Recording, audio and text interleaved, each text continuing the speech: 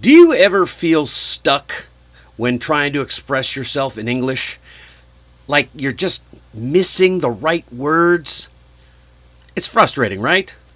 But what if I told you that there's a simple trick to unlock a whole new level of vocabulary?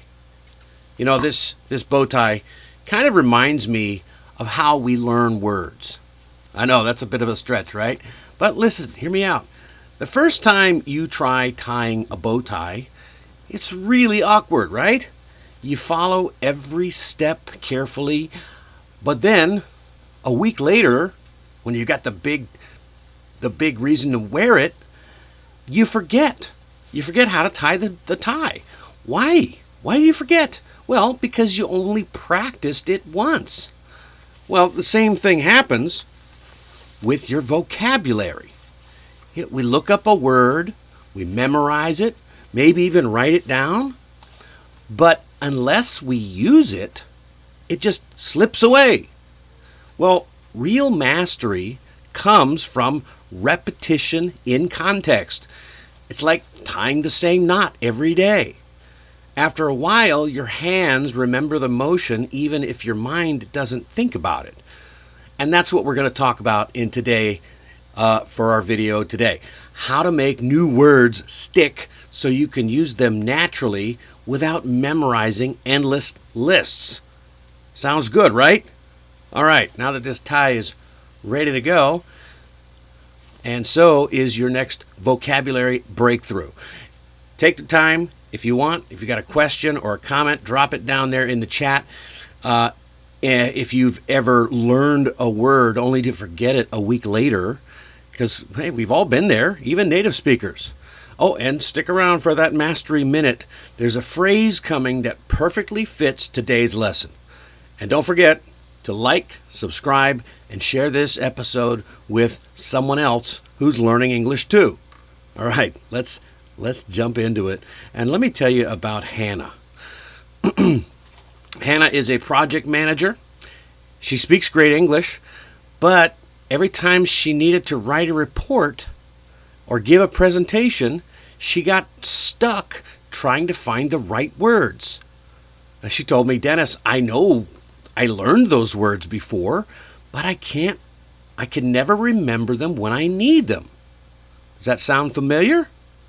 Well, it's because she was studying the words in isolation, memorizing them without connecting them to real situations. And our brains, they don't store language as single words. They store connections. And when you learn words in a meaningful way, in a meaningful context, they stay with you for life. So, what did Hannah change? Well, I told her this simple trick that turned vocabulary from something she memorized into something she used. And that's what we will explore today. We're making those connections. So, here's the truth. As I've said, the best way to remember vocabulary isn't by memorizing, it's by connecting. So throw away your flashcards. When you connect a word to a real experience or emotion or image, your brain builds a strong memory. And that's how native speakers remember words without flashcards. So, I'm going to break it down into 3 simple steps to make it easy. Ready? Here we go. Step number 1. Connect the word to a real situation. You know, let's say you want to learn the word meticulous, which, by the way, means very careful and precise. Well, don't just write it down in your notebook. Instead, think about someone you know who is meticulous. Maybe your boss, who double checks every report, or maybe you have a friend who organizes their desk by color, or maybe they get frustrated when those pens aren't lined up just right. Okay? Picture these people clearly. Maybe you can hear them sigh as they're lining up their pens just right. Then you can say something like, hey, my boss is meticulous about details. Ah, see, now you've used the word in context. When you visualize that moment, it feels real, like a little movie playing in your head. And that mental picture helps to turn the word into a story. And stories are sticky. They stick and they stay in your memory longer than a definition ever will. So sometimes when I teach this, I like to pause and ask, who in your life fits that word? Or what fits that word? And then when you tie the vocabulary to people or moments, you don't just remember it, you actually feel it. So the next time you hear a new word, stop and ask yourself, when have I seen or felt like this before? Then create a short sentence about it. And it'll be easier to remember the next time. So Hannah, she used to write down 10 new words every week. That was what she did. That's how she thought she had to do it. But the problem was she never used them. So once she started speaking them, everything started to change. I remember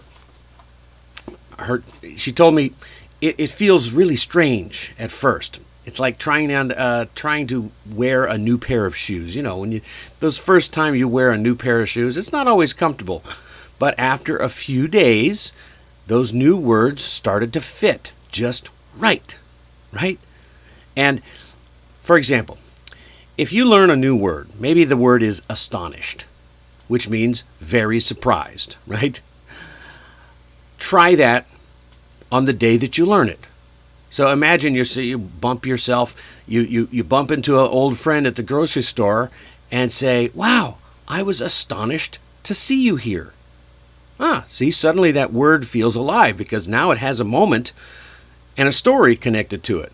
Even if it feels awkward, that one sentence strengthens your memory 10 times more than writing it on a list. And even if you don't have someone to talk to yourself. I know I do it all the time. When I'm walking, when I'm cooking, when I'm driving, you can say something like, oh, I'm astonished that the traffic is so bad today.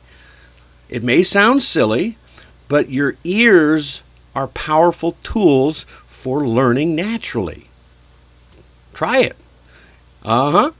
Sometimes hearing the sound of your voice helps. All right? And here's a pro trick. Set a mini goal. Use one new word 3 times in 3 different sentences throughout the day. By the time you do, by the 3rd time you finished it, your brain starts to own that new word, and you might even find yourself smiling when you use it. All right? There we go. All right, step number 3.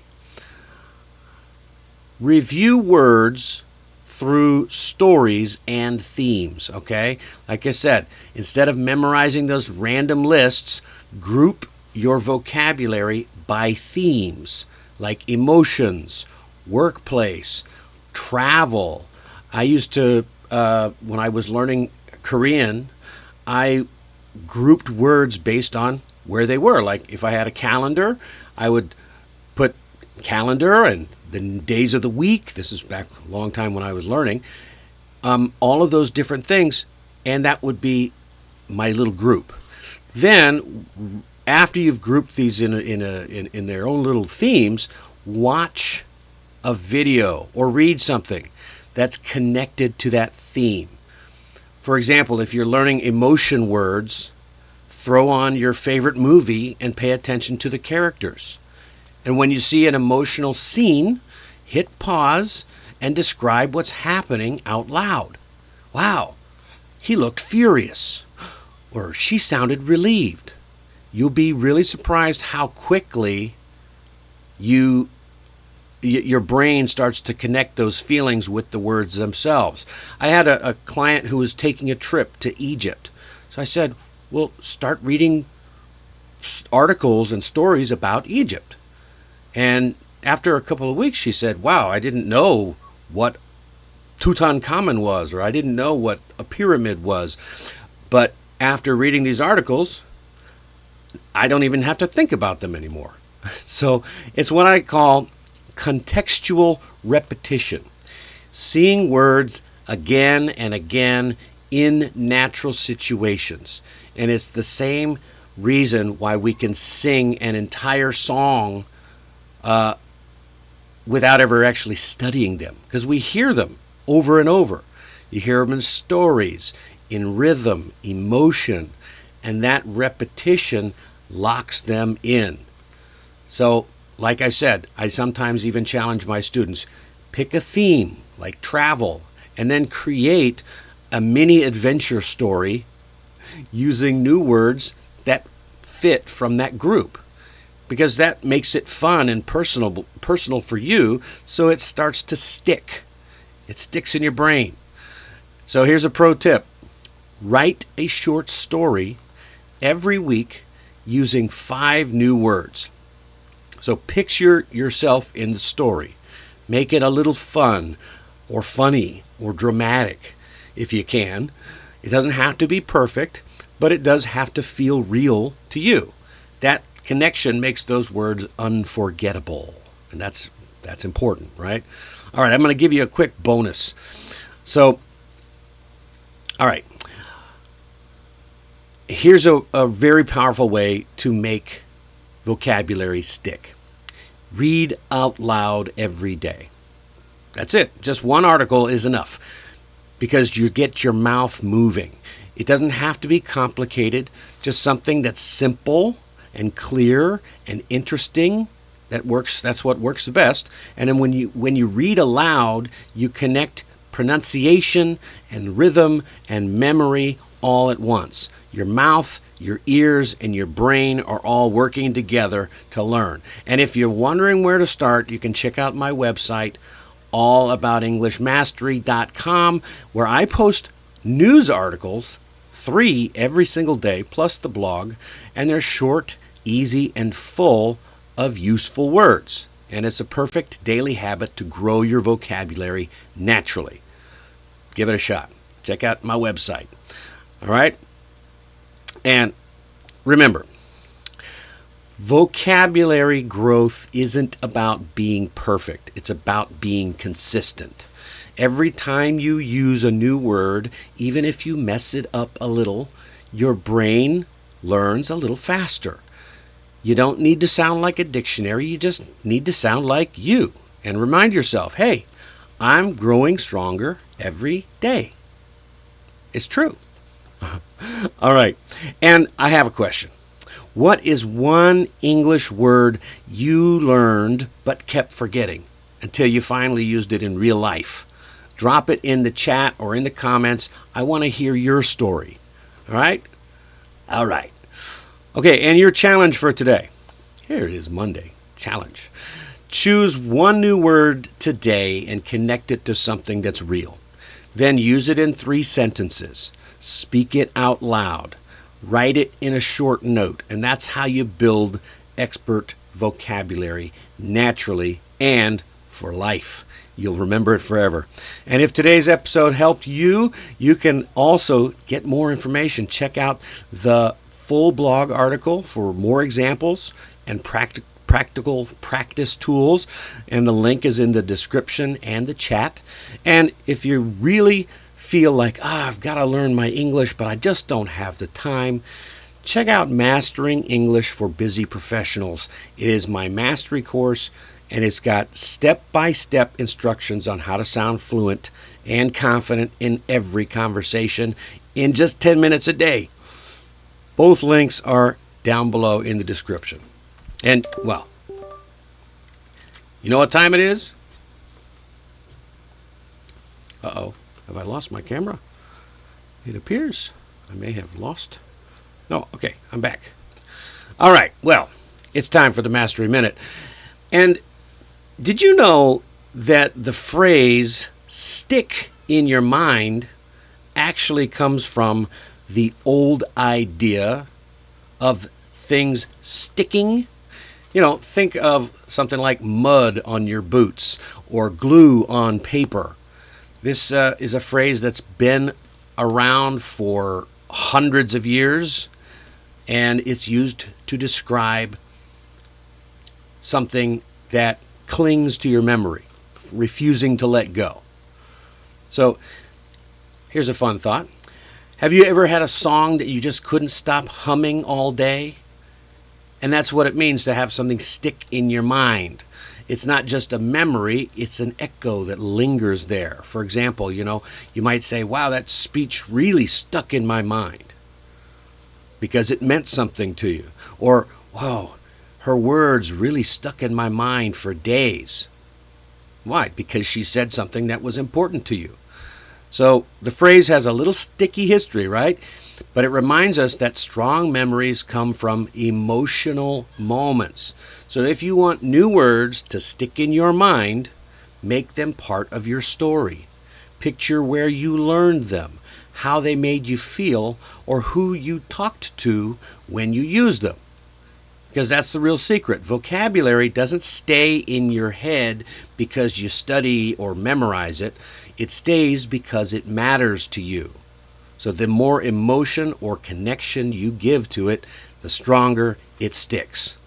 All right.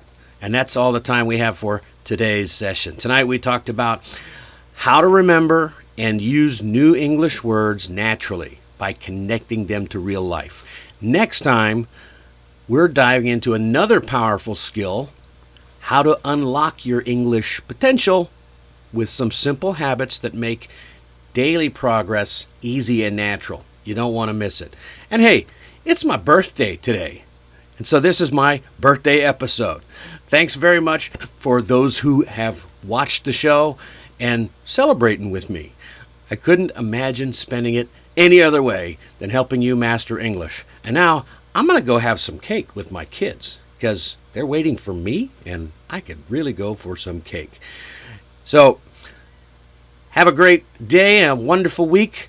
I'll see you again on Wednesday. As always, my name is Dennis Wilborn and this has been 15 Minute Mastery.